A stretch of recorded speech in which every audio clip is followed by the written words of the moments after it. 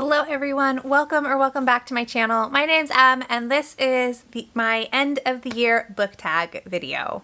So the end of the year book tag was originally created by Ariel Bissett. I will link that video down below so you can go check it out. So this is pretty self-explanatory, so we're just going to go down through the questions and I'm going to answer them, and we're going to kind of see what books still need to be on my radar as we roll into the end of the year. So the first question is, are there any books you started this year that you need to finish? And yes, I have soft DNF'd a few things, I think. But the two that are more in the forefront of my mind that I would like to try to finish this year are The Story of Silence by Alex Myers. This is a historical fantasy, fantasy about Silence, who is a non-binary knight. And this is set, I don't think it's King Arthur, but it's like that time period. And I got 116 pages into it, so I did make a good start. But at the time, I was trying to read this in October, and I was a really distracted reader in October, and by the time we got down to the end of the month, I would have had to read this very quickly, and I don't think it's that kind of book. So I set it aside to hopefully finish by the end of this year. It might be a January read. I tend to slow down a little bit in January and to take my time a little bit more. So it will either be read in December or January. And then the other book that I DNF'd was Immortal Longings by Chloe Gong. Kind of the same issue. I don't remember how far into this I got. It wasn't very far. It was maybe 2 chapters, maybe 3. And this is Chloe Gong's adult debut. And so this is fantasy. It's got a competition and people can jump bodies. Like you can put your soul into another body. And again, it's kind of the same thing as Story of Silence. This is a book that I think is going to require me to slow down and to pay attention a little bit more than I have been in the last few months with my reading. And so I didn't want to try to push through it and end up not liking it because I love everything I've read by Chloe Gong so far. So I soft DNF'd it with the intent of coming back when I have slowed down a little bit. And my plan tentatively is to slow down my content a little bit in December and January. Still posting the same amount, I think, but choosing video concepts that maybe don't require as much work, or being really thoughtful about alternating maybe a more intense video concept with a lower key one, just so that there's a little bit more balance, because I feel like I've been hustling and this is not my hustle. Like, this is for fun, and I have been working on this more than is fun, so I need to dial it back a little bit for myself. The second question is, do you have an autumnal book to transition into the end of the year? And not really. I do not find that my reading changes a whole lot based on the seasons. Obviously in October, I pump up the horror a little bit. I read more spooky mystery along those lines, but I will read those books all year long. It's not only in September and October and November that I'll read autumnal books. So I don't really transition between the seasons. I might read more romance as we go into the winter months, just for something a little bit lighter, a little bit easier, especially as like I said, as I'm finding myself being a little bit more distracted when I settle down to relax, that I think instead of just trying to fight it, I just need to lean into it, and I need to pick books where if I am distracted, that's okay. Books where I can be distracted and not totally lose track of the plot. I think that would be probably the best shift for me to do, is just more to honor my attention span and pick books that will help support my shorter attention span rather than trying to like shoehorn my way into a bigger brained book, if that makes sense. The third question is there a new release you are still waiting for? I don't think so. Now, there are some new releases that I'm waiting for my kids. There's a special edition of the Wings of Fire book, The Dragonette Prophecy, coming out soon, I think. I need to figure out when, because that's going under the Christmas tree for one of my kids. But that is coming out, I think, soon. And then on Christmas Eve, the most recent graphic novel adaptation for the Wings of Fire books is also coming out, and that is going under the tree for the same kid. So for my kids, there are some new releases that I am keeping my eye on, but as far as my books are, I think I'm done. That could change. There could be something I've forgotten about. There could be an author flying under the radar that I've spaced on, but I'm pretty sure I'm done, which is nice. Question number 4 is, what are 3 books you want to read before the end of 2024? I have more than 3. Are we surprised? No, we're not surprised. Okay. Actually, I have 4. I have 5. I want to read, I can't remember what it's called, but it's this book, and it's book 4 in the Mend and Metal series. Book 1 is Letters to Half Moon Street by Sarah Wallace. This is book 4, and I want to listen to this on audio because it's available on Hoopla, so I can finish out that quartet, because Sarah Wallace just recently published The Spell Master of Tudding on Cress, which is the next book in that series, and this follows Jerry, who is a sister of our main character from Letters to Half Moon Street. And I really want to dive into this, but I need to read Sebastian's book first before I can get on this. This is a really lovely, y'all are gonna be so sick of me talking about these books. This is a really lovely historical fantasy series that is set in Regency, I think, England, and it is Regency England, but it is queer norm Regency England, and there is magic.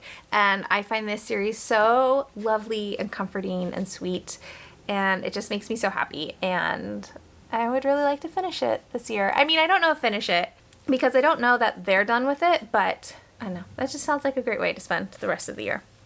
And then I want to read one of my highly anticipated books for this year, and that is Metal from Heaven by August Clark. August Clark is the author of the Scapegracer series, which is a YA contemporary witchy series that I absolutely love. And this is his adult debut, and I'm super excited, and I just can't wait to read this. I think this is fantasy. But my favorite thing about August Clark's writing is how feral it is and how chaotic his main character is in that YA series. And so I'm hoping for similar chaotic energy because I love chaotic gay main character. Like, it's just my favorite. Doesn't matter if they're bi, lesbian, gay, pan, ace, I don't care. They are chaotic and they are queer. Sign me up. I am here for it, and I think this book will make me really, really happy. So, fingers crossed that this fulfills all my fondest wishes and dreams. I started this already? Well, that's embarrassing. I would also like to read The Faithless by C.L. Clark, which apparently I started. Who knew? I certainly didn't remember starting it. Starting it is generous. I got 12 pages in. That is generous to say I started this. Anyways, this is the sequel to The Unbroken. The Unbroken was one of my favorite books the year I read it. I don't think it was last year. Year before? I don't know. It was my favorite. I loved it so much. It was 5 stars. This is book 2. I pre-ordered this. I've had this sucker sitting on my shelf for a year. More than a year. A long time, and I still haven't read it because I don't know why. I just haven't read it, and I need to because I love The Unbroken, and I was so excited for this, and then I don't know. I got scared. I don't know what I'm scared of, but I got scared. And then kind of along the lines, I would also like to read The Oleander Sword by Tasha Story, which I might have also started this year and read like a couple chapters of, and then also got scared. I don't know, but book 3 in this series came out. So I should read that. These are, in case you are wondering, I don't know what this one's about. I can't help you with that. But these are both book 2 in political fantasy trilogies that I gave book 1 for both of these, I gave 5 stars, and I love so much. And they're both sapphic. And their love interests maybe shouldn't be together. Maybe. I don't think these two should be together, but I'm rooting for them nevertheless. I think she's kind of a hot mess. I think she is as a hot mess. I mean, they're both hot mess. Anyways, remember what I was saying about disaster queer characters? This kind of fits the bill. I mean, some of them are organized disaster queer characters, but nonetheless, like, organized or not, you get my point. I need to read these books, so let's hope I do that. Question number 5 is there a book you think could still shock you and become a favorite book of the year? Not shock. Not shock. I don't know about you, but I do not go into books expecting to hate them. I go in hoping I'm going to have a 5-star. Now, I do have 2 books that I'm not sure I'm gonna like them, but it wouldn't shock me if I did like them.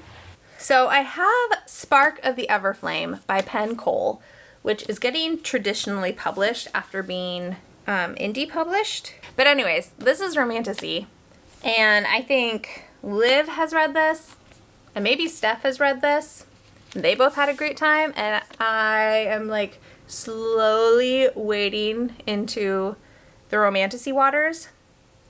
And so I want to read this because I want to be included in the conversation. I want to be invited to the party. I don't know if I'm going to like it. I'm still trying to figure out like what romantasy vibes are my vibes, but this could be my vibe. So I'm hoping, but I'm just not sure. I also am not sure about Blood Over Brighthaven by M.L. Wang. I want to love it.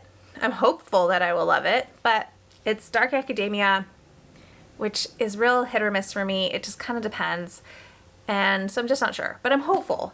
So it wouldn't shock me if these were 5-star favorites, but I just don't know. And the last question is, have you already started making reading plans for 2025? Now, when I first wrote down these questions, the answer was no. However, since then, I have kind of come up with 3 projects that I want to do. So I have never read any Octavia E. Butler at all.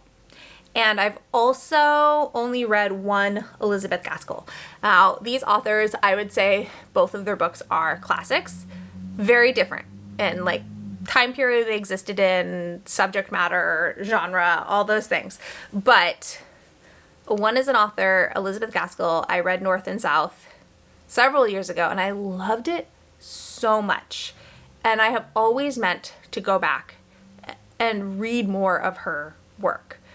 And maybe even reread North and South because I loved it so much. But I was also like, I read it 6 years ago, 7 years ago. What a puzzle. I was a very different reader not long ago. So I've been wanting to reread it and then read more of her other stuff. And then I also want to read Octavia E. Butler because I like, can you even be a sci-fi fantasy reader and not read any of Butler's work? So my tentative plan for 2025, and this is subject to change, what are you doing? Is to read one of their books every month, but to alternate them. So let's say in... Hi! Are you coming to visit? What are you doing? So in January, I reread North and South by Elizabeth Gaskell. And then in February, I read an Octavia E. Butler book. I'm not sure where I'm going to start with Butler, if I want to do it in publication order of her bibliography, or if I want to, like, I'm not sure if there is a recommended reading order, but I thought I could maybe just start and go chronologically. And so, yeah, and so then I just alternate. So then in March I would read an Elizabeth Gaskell, and then in April I'd read another Butler, and et cetera, all year long. And that way I don't get burned out on reading one author all the way like each month. But I also make some progress on reading those authors.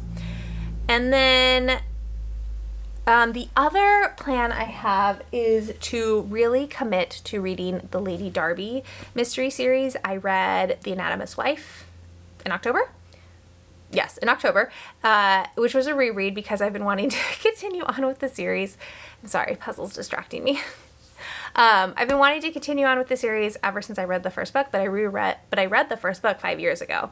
So I reread it with the intent of continuing on, and my intent for 2025 is to read one book in this series a month. This is a very lengthy series, so it will definitely take me some time to get through it. But I just need to keep it in the forefront of my brain. Otherwise, I'm going to end up in this exact same spot in 5 years. And will still be kicking myself for not having continued on with the series. So that is my plan so far. Now, I do want to revamp my Wheel of Doom Picks My Audiobook series because I still want to work through my Libro FM catalog, but I don't feel like taking that series with me into 2025. So I have to think about it, see if I can come up with another fun way to do that. Or not a fun way, but just like an effective way. It doesn't have to be fun. The reading should be fun, but like, I just need to do it. Those are my reading plans so far for 2025. So nothing too taxing, I don't think.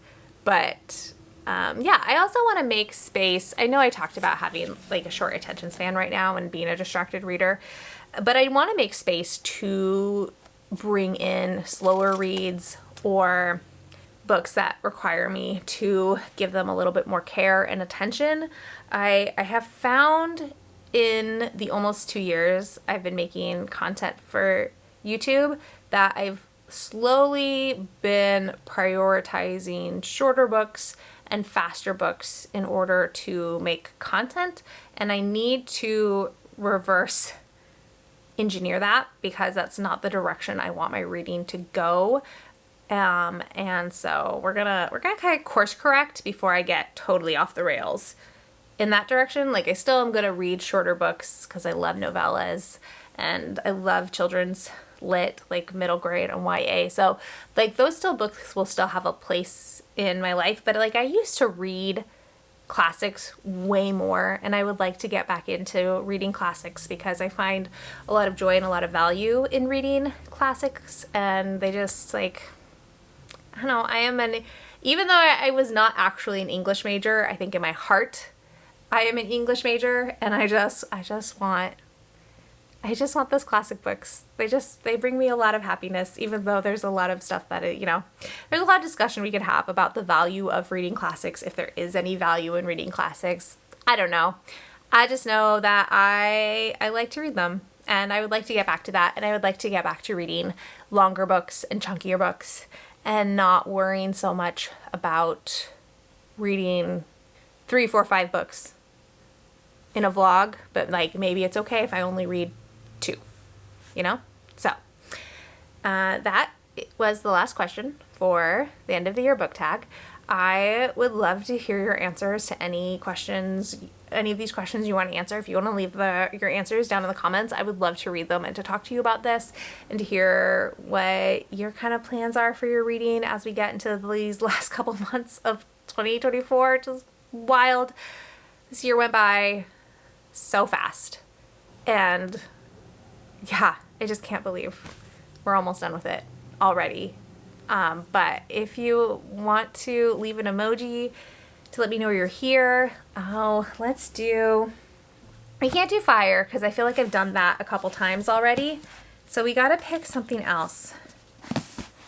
Let's either do a clock emoji or what's the hourglass emoji. So either of those. And like if you liked it, subscribe if you want to, and I'll talk to you all in the next one. Bye!